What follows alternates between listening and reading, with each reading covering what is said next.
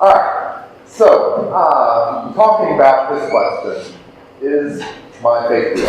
Serious question that we need to think about. So, show of hands. How many of you believe in God? All right. I expected that. Right? Okay, let's do it. I'm going to ask a slightly different question. First question was if you believe in God. Second question, do you believe God? How is that question different? Is it different? I think it's a little different. How is that different? This is interactive. How is that different? Believing in Him could mean that you believe in a God, but believing in what God, the Father, says is entirely different. Okay. Because my interpretation of what God is and what He stands for could be different than your interpretation of what His commandments are.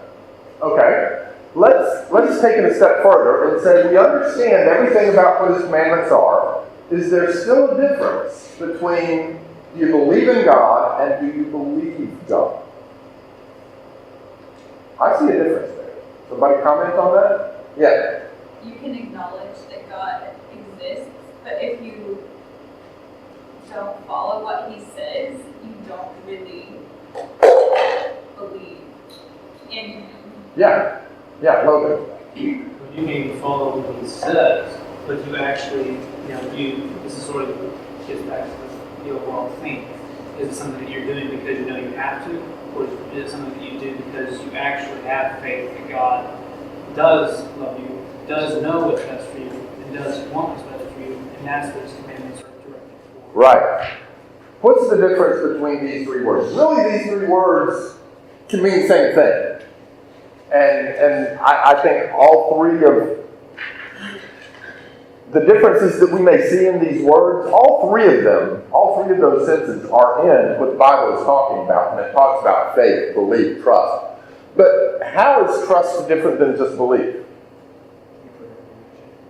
Okay, it means enough to you. You trust Him. What Logan was just saying, you believe that what God wants for you is really what's best for you. You put it in action. It's like a trust fall. You believe that person's going to catch you, Yeah. so you let yourself fall back and they catch you. That's right. So I would like to say that all of us have all of that completely within us, but I suspect, we're kind of weaker in some parts of that. So that's what I want us to think about. And not for us to think just about whether Seth is weaker in some of these areas. That's not on the recording, so they don't get that about. But each of us looking at our own lives. So my cousin always insists on 3-point sermons. I never do, but tonight is a 3-point lesson. First point is that real faith means a true personal conviction that the biblical God is real. At least that's the real faith that we're talking about. Why do I use those three words? True personal conviction. What's the word conviction mean to you? Quickly. Don't raise your hand. Just what's that?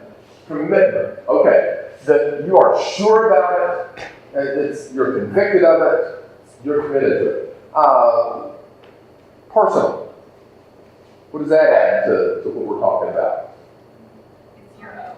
It's your own. It's not, Mom and Dad said it's true, and I'm grown up, and everybody at church says it's true, and I kind of think it's true. No, it's personal. You're convicted that it's true. And then true personal conviction about this, maybe I just kind of touched on that anyway, but you for real know the reasons why you're convicted personally that these things are true. And I want to share 3 passages with you here. Hebrews chapter 11 is the first one that I want to go to. You know this passage?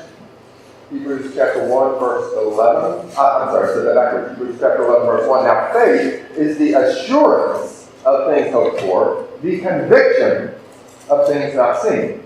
Acts chapter 17, verses 2 and 3. Paul is on his second journey. He is in Thessalonica, and he has just begun speaking there in the synagogue. And Luke tells us that he went to them into the synagogue, and for 3 Sabbaths, reason with them from the Scriptures. Reason with them. Explaining and giving evidence that the Christ had to suffer and rise again. And then in the same chapter 17, verse 11, he gets to Berea. Now these were more noble-minded than those in Thessalonica, for they received the word with great eagerness, examining the Scriptures daily to see whether these things were so. All those passages indicate a sincere concern to be convicted of that, to know the reasons why you believe what you believe. And that's important. That's important because you're going to have some times of adversity. What's adversity? Trial, tribulation, difficulty, things going wrong in your life. And you're thinking, where's God? David in the 22nd Psalm, we don't know exactly what he was facing or from whom he was facing it, but he was having a lot of adversity. And he's saying, my God, this is where this quote comes from, my God, why have you forsaken me? Because he feels like this adversity is too much on him. He's been praying about it. He's not getting an answer yet. But then he turns back and he says, but I remember that our fathers have always been able to trust in you. See, David had that sure conviction that he could fall back on in times of adversity. Times of temptation. You need to know why you believe in God. Because if you're not sure why you believe in God, and you really want to do something that God would not want you to do, it becomes a lot easier to do what you want to do. Because you don't have that strong, sure conviction within yourself. So, I want to talk about knowing some solid evidence that God is real, that Jesus was the Christ, that Jesus is coming back one day. You know, we always say he could come back before we finish speaking here. He could, because he's really coming back. Knowing some solid evidence that God is real, that Jesus is Christ, that he's coming back, that hell is real, but that also heaven is real. So there are a lot of fields of evidence, and we're not going to go into detail about any of these. Well, we're going to go into detail about one of them. One field of evidence is just looking at the Bible text and thinking about how did that Bible text come about? All these men, different places, writing in different time periods, and yet their message all, is common and has a running theme through it. That's some good evidence to look at. Looking at the resurrection and the evidence for the resurrection, that is convincing for a lot of people. Looking at the Old Testament prophecies and how they foretell the events of the life of Christ, looking at archaeology and seeing how that backs up the Bible claims and what the Bible describes, looking at history, looking at design in the universe, looking and seeing that this universe and life and everything about it indicates there was a designer. That's another good field of evidence. That was a useful thing, the phone sound just there, because several other people realized they could silence their phones. That was good. Or just the existence of matter. How did it come into being? If there was ever a time when there was nothing, how did something pop into being? All of those are good fields of evidence to look at. And you might, one of those or another one of those might appeal to you more. Dig into those. For me, the evidence that is strongest for me, and I don't mean that it's the strongest evidence out there, I just mean it's most meaningful to me. Because it's what I fall back on. How many of you, I don't know if you want to show your hands for this, but I'll raise my hand. How many of you have had times when you thought, maybe it's when you're reading a passage about Balaam talking to his donkey, or about Jonah being swallowed by the great fish, or, whatever story it is, and you have all these other people in the world who say it's all fairy tales. How many of you have had those moments when you think, is it really real? There you go. Yeah, lots of hands. Right? We're being honest here, you see. For me, the thing that I fall back on every time are the types in the Old Testament, the types and the shadows of the Old Testament. Some of you may not know what I'm talking about with that. Hebrews chapter 11, verse 19 mentions Abraham and his son Isaac. Remember, Abraham was told to sacrifice his son. In Hebrews chapter 11, verse 19, says Abraham considered that God is able to raise men even from the dead. He figured, well, it's telling me to sacrifice him, but God can raise men from the dead. Maybe that's what he'll do. From which he also received him back. Abraham received Isaac back as a type of Christ, a foreshadowing of Christ. Somebody in the Old Testament that is a model of, a type of Christ. I'm not saying he was sort of a Christ. That's not what we mean when we say he's a type of Christ. But like on a typewriter. You don't use typewriters anymore, I know. But if you've seen an old typewriter, you see the keys to go up and bang the paper, and on that key is a reverse image of a letter. That's the type. And then you get it, and there it is on the page. That's the real thing you're looking for. Those Old Testament characters and situations in the Old Testament are like that thing on the key. It goes up and smacks that paper. Sounds kind of irreverent when you start it that way. And we get Jesus. But those Old Testament scenarios are types, they're foreshadowings of Christ. You think back to Abraham, we just read about Abraham and Isaac there. Why did God put Abraham through that? I mean, weren't there easier, nicer ways to test Abraham's faith? I've heard atheists use it as an example of the nonsense of the Bible. And that is, God made this man sacrifice his son, and then said, oh, no, just kidding. Why did God do that? Okay, for one thing, the text there, God points out, now I know that you believe in me, that you follow me, that you obey me, that you trust me.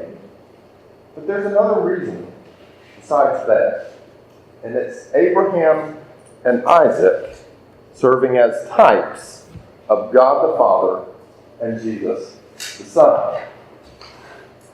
Now, my lesson this evening is not about typology, but for a couple of minutes here it is. Because I want to share with you this one field of evidence that I fall back on. Because it absolutely convinces me that all of this is real. With Abraham and Isaac, first of all, Abraham offers a sacrifice, like God offered a sacrifice. The sacrifice was his son. I need to have these closer together. The sacrifice, his son, was Abraham's only son. Was Isaac Abraham's only son? Okay, there was also Ishmael. But Isaac was the only one that was born by Sarah, the only one who could have been the child of promise. And in that sense, he's called the only son. God says in Genesis chapter 22, take Isaac, your only son. Come back to Genesis chapter 22, and you can notice some of these verses here. And God said, take now your son, your only son, whom you love. Isaac is Abraham's beloved son. All those things are true of God offering his son, Jesus. Offering his only begotten son, John 3:16. The son whom he loved, Matthew 17, verse 5 of the Transfiguration. What did Isaac carry on the way to the sacrifice? He carried the wood on which he was going to be offered. Is there a parallel there with Jesus? Jesus carried the wooden beam on which he was going to be sacrificed. In chapter 22, God tells Abraham to do this on one day. Then verse 3, Abraham rose early in the morning and sets out to go to the place where God said do it. It wasn't supposed to be done right there. God had a specific place in mind. He wanted it done. Verse 4, and on the third day, Abraham raised his eyes and saw the place in the distance, and then he went up, built an altar, and prepared to offer his son. Isaac was as good as dead in Abraham's mind for 3 days. Jesus was truly dead, at least his body, in the grave for 3 days. And then the place. Notice in verse 2, God has a certain place he wants Abraham to do this. Take out your son, your only son, whom you love, Isaac, and go to the land of Moriah, and offer him there as a burnt offering on one of the mountains of which I will tell you. The mountains of Moriah, and there was a specific one that God was going to tell him, this one, this is the place for you to offer him. Okay, well, where are the mountains of Moriah? 2 Chronicles chapter 3, when Solomon is building the temple. Where's the temple built? Jerusalem. I'm in 1 Chronicles. 2 Chronicles 3. Then Solomon began to build the house of the Lord in Jerusalem on Mount Moriah. The place where God told Abraham to offer his son, his only beloved son, as a sacrifice, was the same place. I don't know if it was on the same exact hill, but I kind of like to think it was, because God said this one. The same place where God offered his son as a sacrifice. And that's why Hebrews chapter 11, verse 19 says that Abraham received him back as a type of Christ. And then Abraham named the place. Back there in Genesis chapter 22.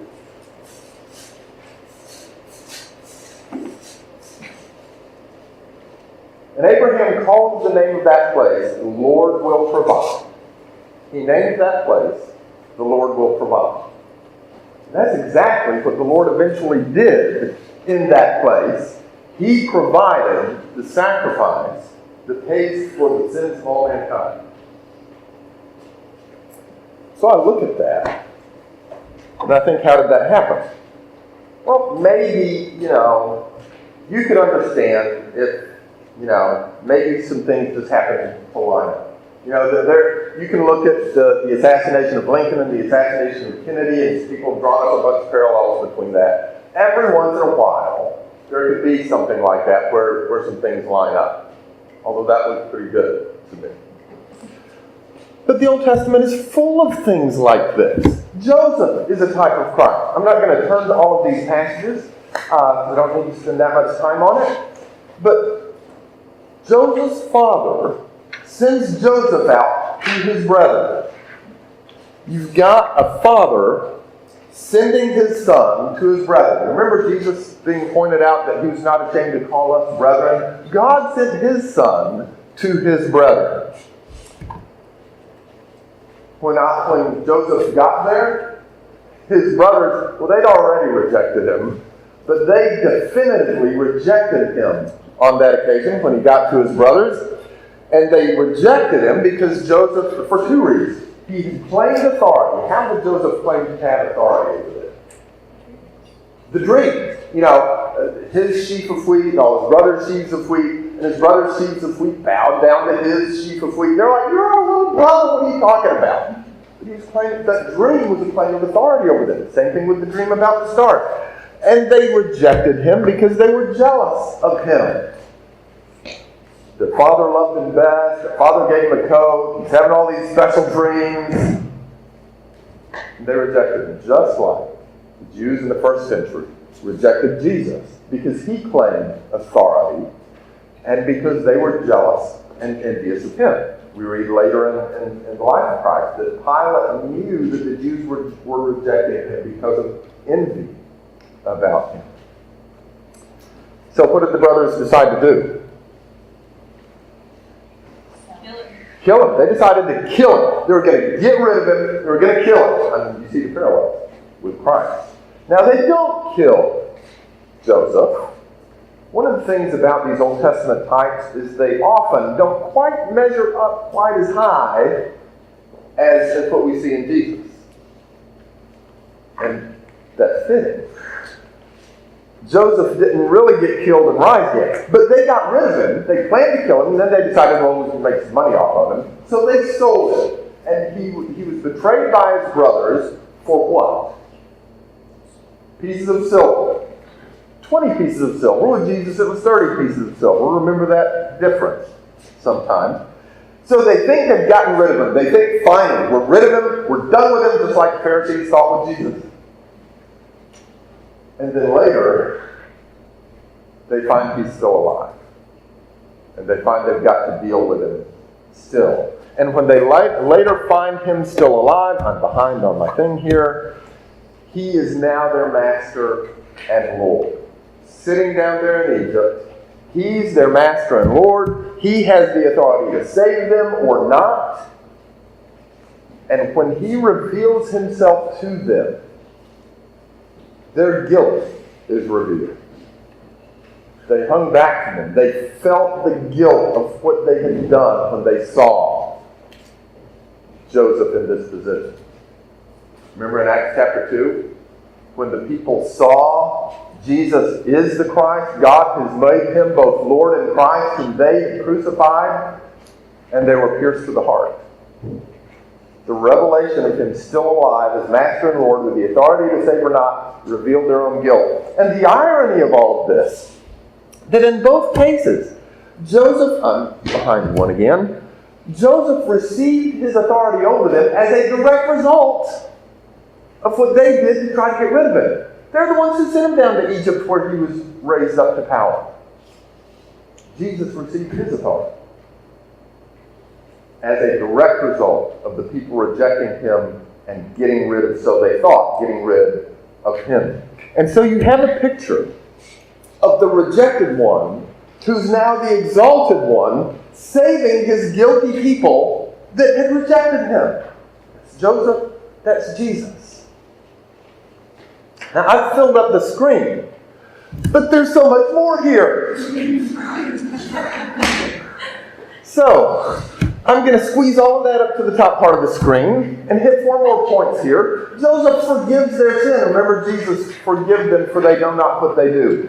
Chapter 45 and verse 5 of Genesis, Joseph says, I was sent here to preserve life. Chapter 45 verse 8, that he's now ruler of all, Joseph is. And Joseph tells them, I'll provide all your needs. And then one that I didn't put on there. The invitation. Genesis chapter 45 verse 9. As he's talking to his brothers, he says, hurry and go up to my father and say to him, thus says your son Joseph, God has made me Lord of all Egypt. Am I beginning in the wrong verse? No. He's made me Lord of all Egypt. Come down to me and do not delay, and you shall live in the land of Goshen, and you shall be near me, you and your children and your children's children. And Jesus saying, come unto me. Joseph saying the same thing to them. Joseph is a type of the Christ who would eventually come. The Passover lamb and the Exodus, a type of Jesus the Lamb and salvation. I'm going to try to rush through this more quickly still. The problem at this time is the Israelites aren't in the land where God eventually wants them to be. They're not in the promised land. They're away over here in a foreign place, which is where humanity finds itself because we're lost in sin and we're not with God. We're away in this situation, this scenario where we're not supposed to be.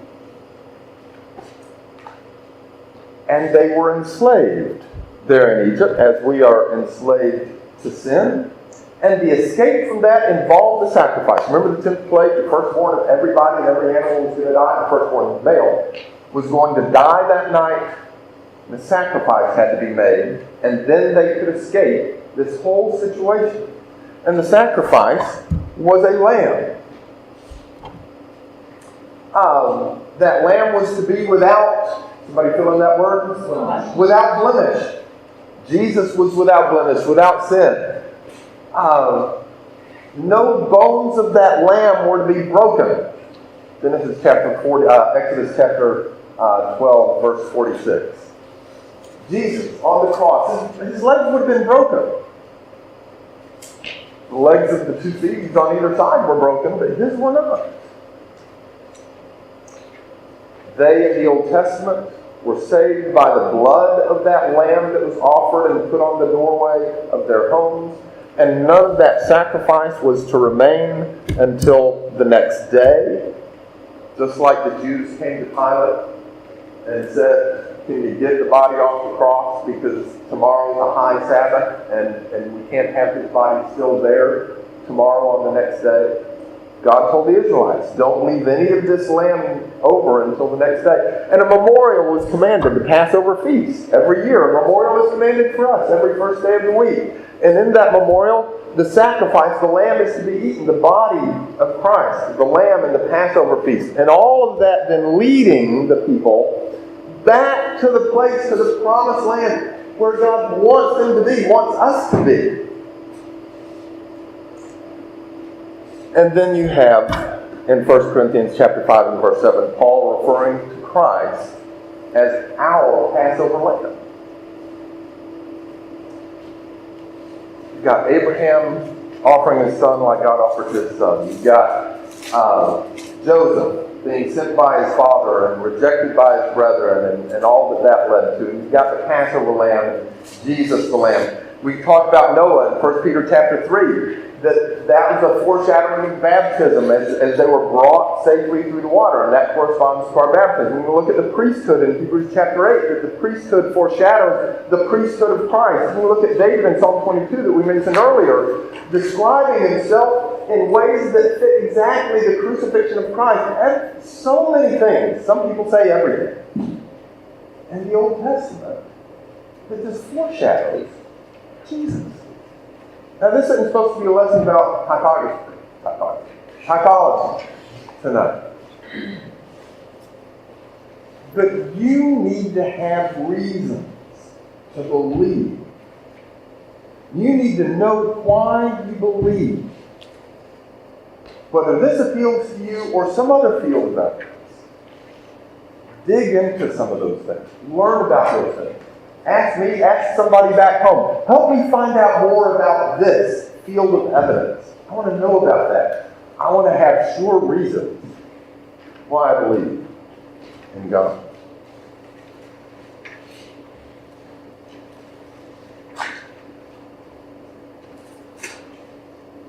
A couple of more thoughts about this. Somebody might say, well, how do we know that the Bible wasn't written in the 2nd century or late in the 1st century, even the Old Testament? So they just wrote all of this stuff down. So, wasn't Jesus being foreshadowed hundreds of years earlier? It's just they wrote it all right then. But no, that's not true. Even atheists agree. The Old Testament was written hundreds of years before the life of Christ. Those stories were there. And so for me, I think, how could a man, Jesus, have lived his life in a way and came to this culminating point of his life, the most important thing that he did, and it just so perfectly fits with all these random stories in the Old Testament? Not by chance. There had to have been a mind behind it. And the only logical explanation for that is that the God the Bible claims to be real is real. He's there. I don't have to have those moments of doubt when I read about Balaam talking to his donkey. If the God that did all this says that Balaam talked to his donkey and the donkey talked back, I'm going to believe that. Okay. Know a solid foundation for your faith. Next point, and thankfully my second 2 points are briefer than my first one. Real faith is going to have with it holy conduct rather than waywardness, rather than sin. I want you to think about your ways. I want each of you to think about the things that you do. Are your ways godly or are they sinful? I'm good. How do you treat your brothers and sisters? Okay, some realization there.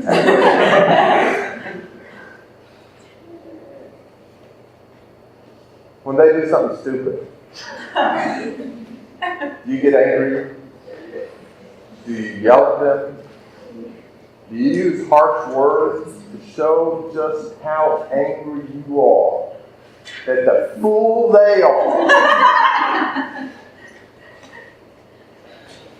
You know that when your father talks like that, that's not a good thing. You know that. Why is it any better when you do that to your brothers and sisters?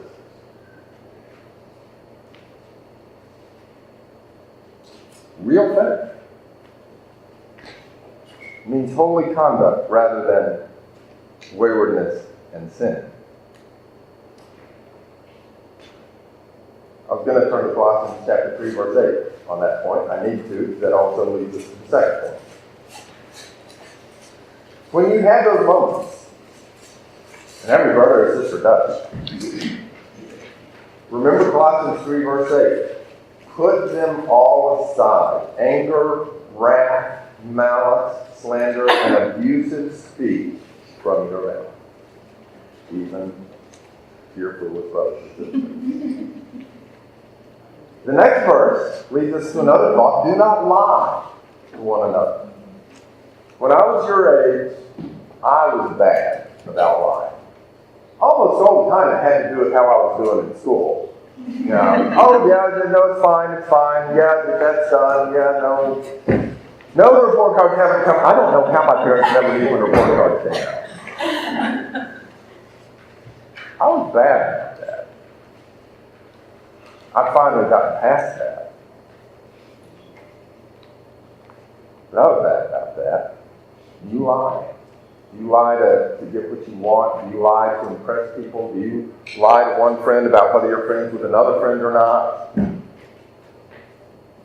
You can lie. What about sexual sin? Are you doing things that you shouldn't do? Guys, do you flirt with girls in sexually explicit ways? Sexting. You guys are surrounded by so much bad stuff. You're surrounded by those things. Do you slip into those things? You send them? Do you receive them without objecting to the people who are sending them? Pornography on the web?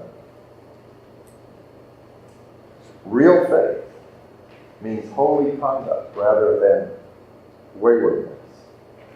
Let's go back to anger for a minute. Grudges. You refuse to forgive when somebody did it was wrong what they did. Like, I'm sorry I did that, but you hold a grudge about that and refuse to forgive those times. Maybe you say you forgive, but you still kind of just cold to them all the time. Not forgiveness. What about just using your time for just self-centered pursuits? Always just doing stuff that's just focused on you. And some of you have heard this thought before. What about gaming? How many hours a week do you spend gaming? I'm not asking for answers. Is there anything wrong with gaming? Well, some of them probably so. But gaming in and of itself, no, there's nothing wrong with that. Except when you spend so much time on that you don't have time to look at what you can be doing, not just for yourself, but for other people. So I'm only a teenager. What am I supposed to? I don't know how to help you. Yeah, you can. Ask your parents, who's somebody old at church that I can do something for? And they'll have an answer for you. It comes down to whether you want to do that instead of spending the next 4 hours gaming every night of the week.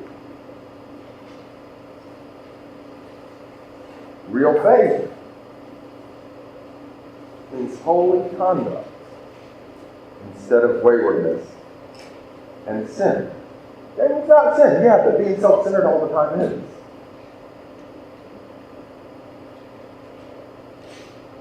Where am I in my notes here? I think I'm ready for my second page.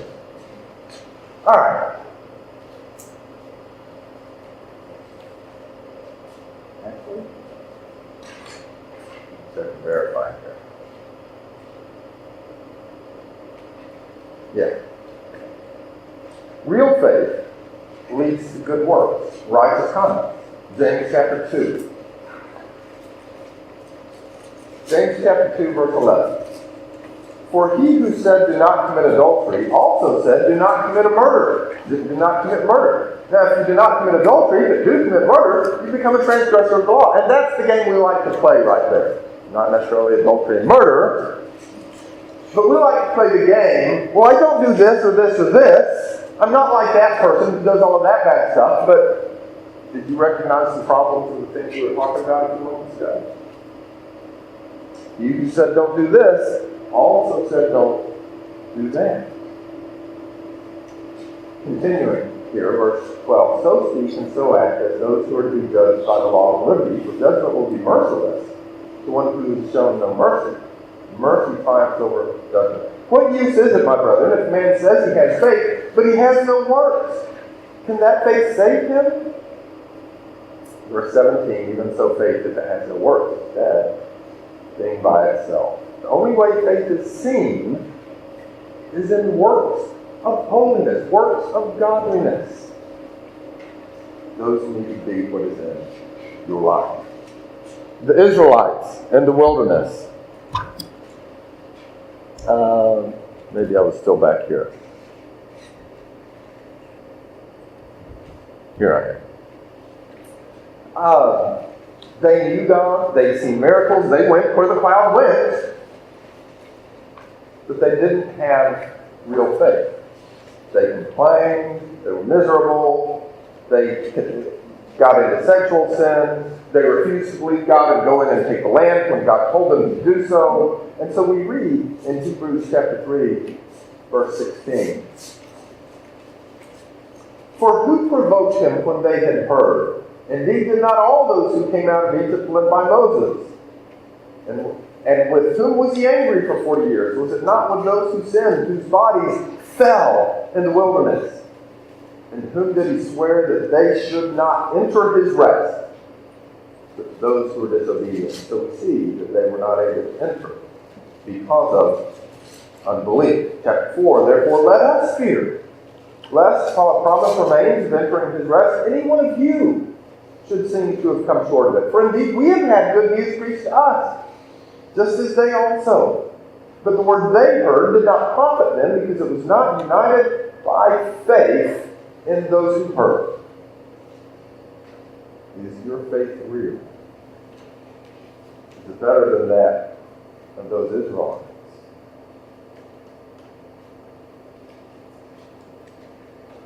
The Jews listening to Jesus in John chapter 6. Jesus multiplied food for them. They ate all that food. It was wonderful. They saw this miracle. They were impressed. They believed. They followed him up the mountain even before that. And they believed that Jesus was the Messiah. And they even tried to make him king on that occasion. And later in the chapter, Jesus says, you don't believe in him. They followed him up the mountain. They tried to make him king. What's Jesus mean? You don't believe in me? Because they were so focused on physical things and getting another free meal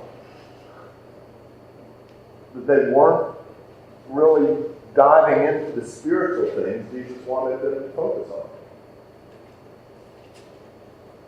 You know, you're all here. An event like this is fun. It's fun to come to this. You go to gospel meetings in your area during that. Are we focused sometimes on earthly things more than spiritual things? Real faith is not like those Jews who just wanted the meal and didn't want to dive into the spiritual stuff that he was offering. I'm going to skip Romans chapter 6, but read it sometime. About dying to sin and presenting the members of your body as instruments of righteousness to God.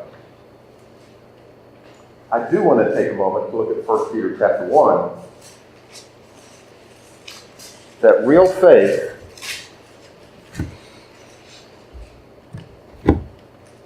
well, I've got ahead of myself with the slide there, if that's okay. 1 Peter chapter 1, verses 7 and 9.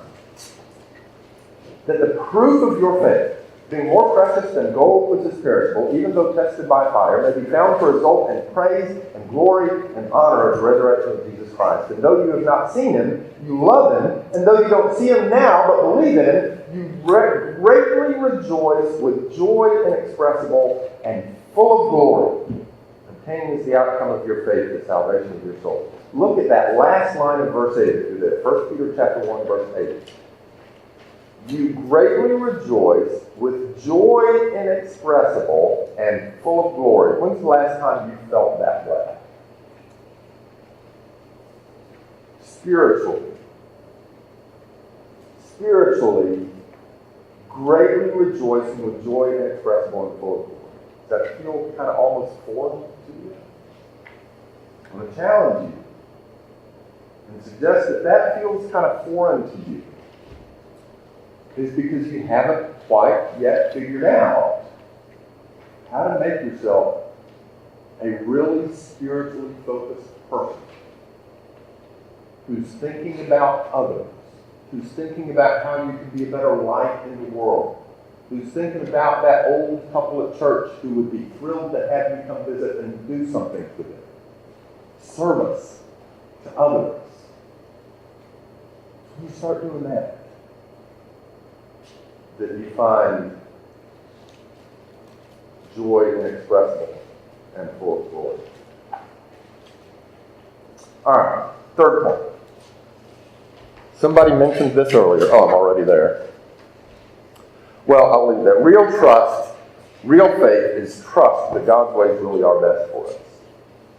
We talked about those three words, belief, faith, trust, earlier. Do you really believe that God's ways are most satisfying for you? That you're going to get the most fulfillment, the most contentment out of God's ways? Think back to when I was challenging you about sins that might be in your life. Think about those things, because probably most of you had a couple of those that you're like, yeah. Those ones you struggle with. I would guess, because I know me, that the reason you struggle with those is because you're not fully convinced that God's ways are more satisfying. You're looking at the thing you want to do. That looks more satisfying to you.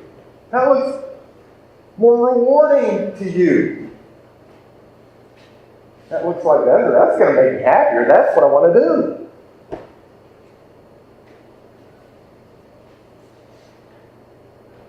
What we need to do is have the kind of faith that really trusts God. That even when something looks like it's the more appealing thing, to realize my eyes are just bad. It looks to me like it's the more appealing thing, but God sees better. And He knows it's not the more fulfilling, satisfying thing. It's not the thing that's going to lead to more contentment for you.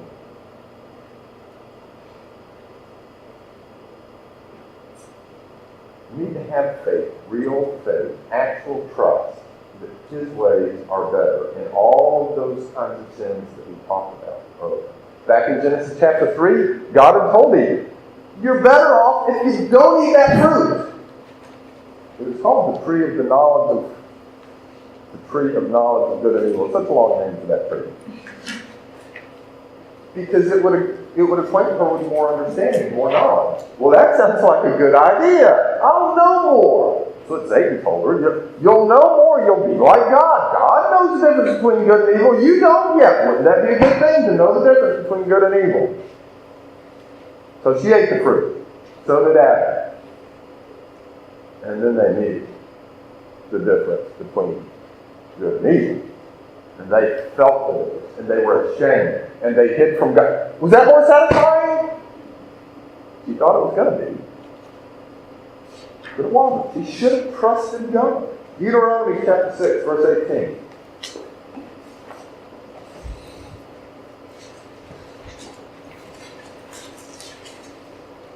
when the law is given to Israel, a bunch of laws that they didn't understand, some of those laws probably didn't make sense to them. Deuteronomy chapter 6, verse 18, and you shall do what is right and good in the sight of the Lord, that it may be well with you, that you may go in and possess the good land which the Lord swore to give to your fathers. Then down to verse 24. So the Lord commanded us to observe all these statutes, to fear the Lord our God for our good always, and for our survival, as it is today. All those laws were for their good. They didn't always feel like it, and so sometimes they rebelled, and then they had problems and they died in the wilderness. Should have trusted God's ways were better. And finally, John chapter 10. Verse 10.